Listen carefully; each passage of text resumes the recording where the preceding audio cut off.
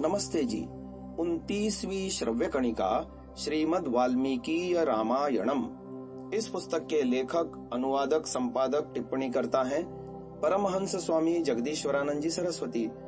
पुस्तक का प्रकाशन किया है विजय कुमार गोविंदराम हासानंद ने दिल्ली द्वारा।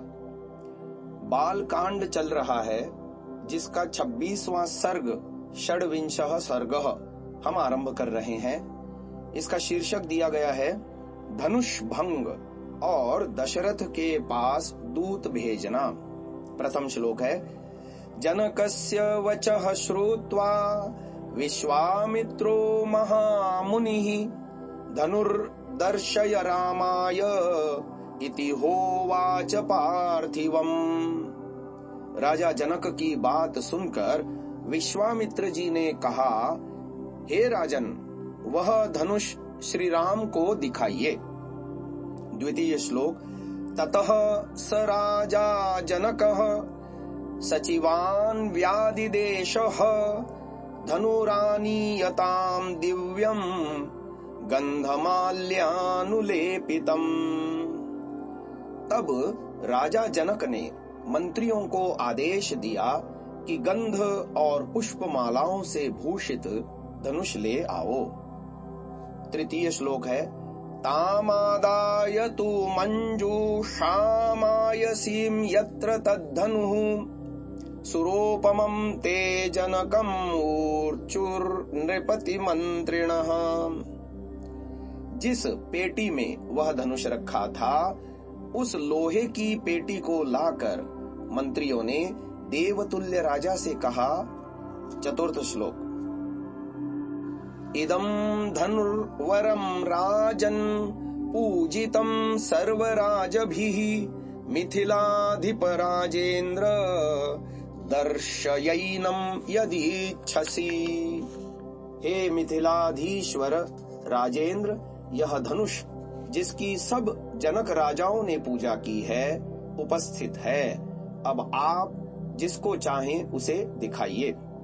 पंचम श्लोक तेषां नृपो वचः श्रुत्वा कृताञ्जलिर्भाषत विश्वामित्रं महात्मानं तौ चोभौ रामलक्ष्मणौ। मंत्रियों की बात सुन राजा जनक ने हाथ जोड़कर विश्वामित्र तथा राम लक्ष्मण से कहा। छठा श्लोक तदेतद्धनुषां श्रेष्ठम् आनीतं मुनिपुंगव दर्शयैतन् महाभाग अनयो राजपुत्रयोः। हे मुनि श्रेष्ठ, यह धनुषों में श्रेष्ठ धनुष आ गया है। हे महाभाग, आप इसे राजकुमारों को दिखाइए। सातवां श्लोक विश्वामित्रस्तु धर्मात्मा श्रुत्वा जनक भाषितम् वत्स राम धनुः पश्य इति राघवमब्रवीत्। धर्मात्मा विश्वामित्र राजा जनक के इन वचनों को सुनकर राम से बोले, हे वत्स, इस धनुष को देखो। आठवां श्लोक महर्षेर्वचनाद् रामो यत्र तिष्ठति तद्धनुः मंजूषां तामपावृत्य दृष्ट्वा धनुरथाब्रवीत्। विश्वामित्र का आदेश पा राम उस पेटी को जिसमें धनुष था खोलकर और धनुष को देखकर बोले। नौवां श्लोक इदं धनुर्वरं दिव्यं संस्पृशामीह पाणिना यत्नवांश्च भविष्यामि तोलने पूरणेऽपि वा।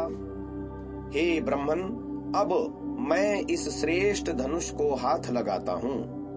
मैं उसे उठाकर इस पर चिल्ला यानी रोदा चढ़ाने का भी प्रयत्न करूंगा। 10वां श्लोक बाढ़मित्यब्रवीद् राजा मुनिश्च समभाषत लीलया स धनुर्मध्ये जग्राह वचनान् मुनेः।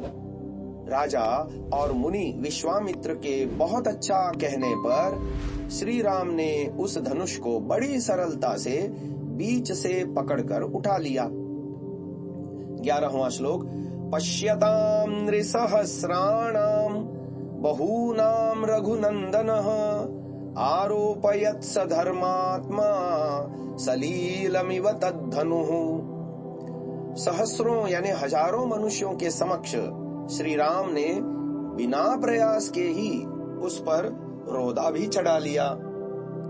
रोदा अर्थात प्रत्यंचा, जो डोरी धनुष में लगाई जाती है, उसके लिए यहाँ कहा जा रहा है। 12वां श्लोक।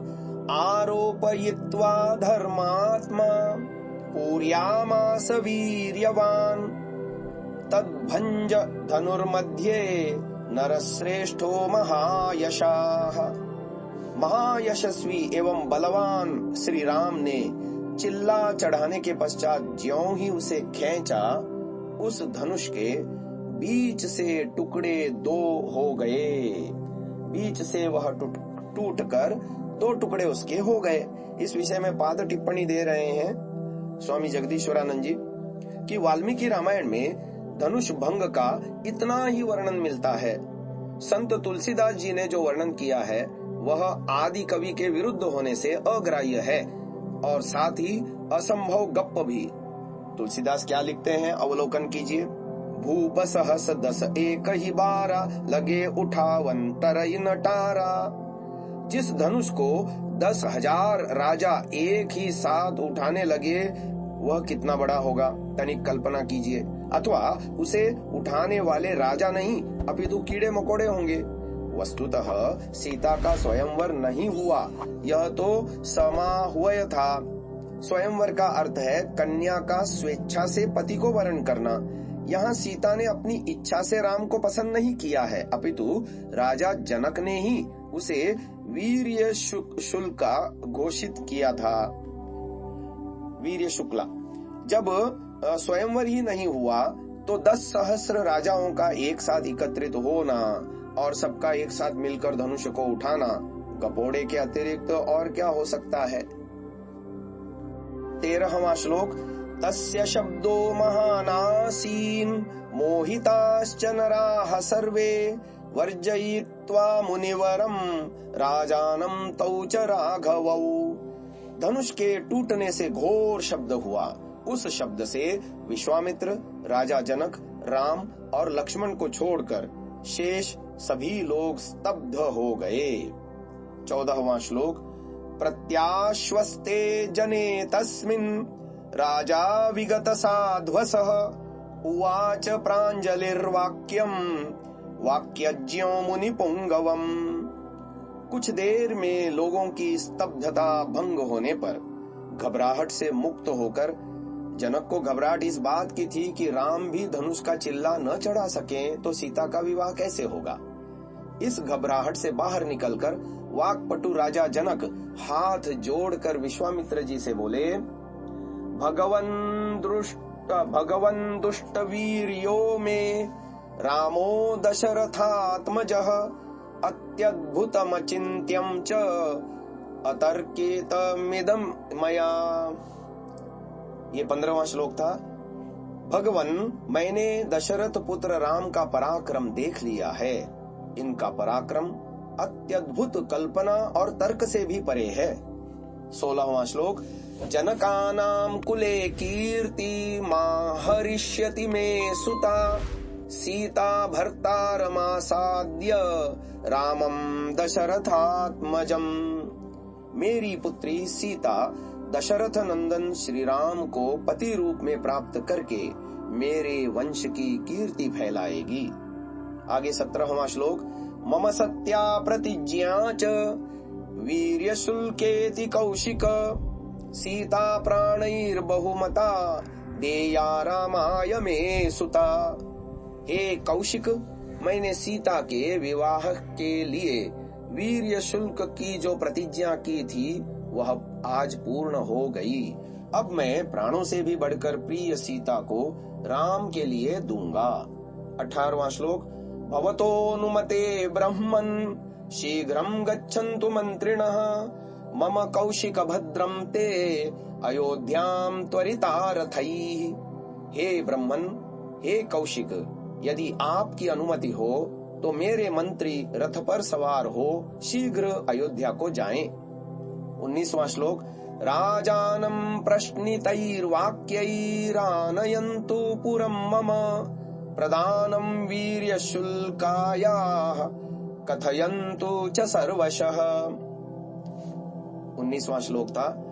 और महाराज दशरथ को विनय युक्त वाक्यों से वीर्य शुल्का सीता के विवाह की सूचना देकर और यहाँ का संपूर्ण वृत्तांत बताकर यहाँ ले आवे। 26वें सर्ग का अंतिम श्लोक 20वां। कौशिकस्तु तथेत्याह राजा च भाष्य मंत्रिणः अयोध्यां प्रेषयामाम धर्मात्मा कृत शासनम।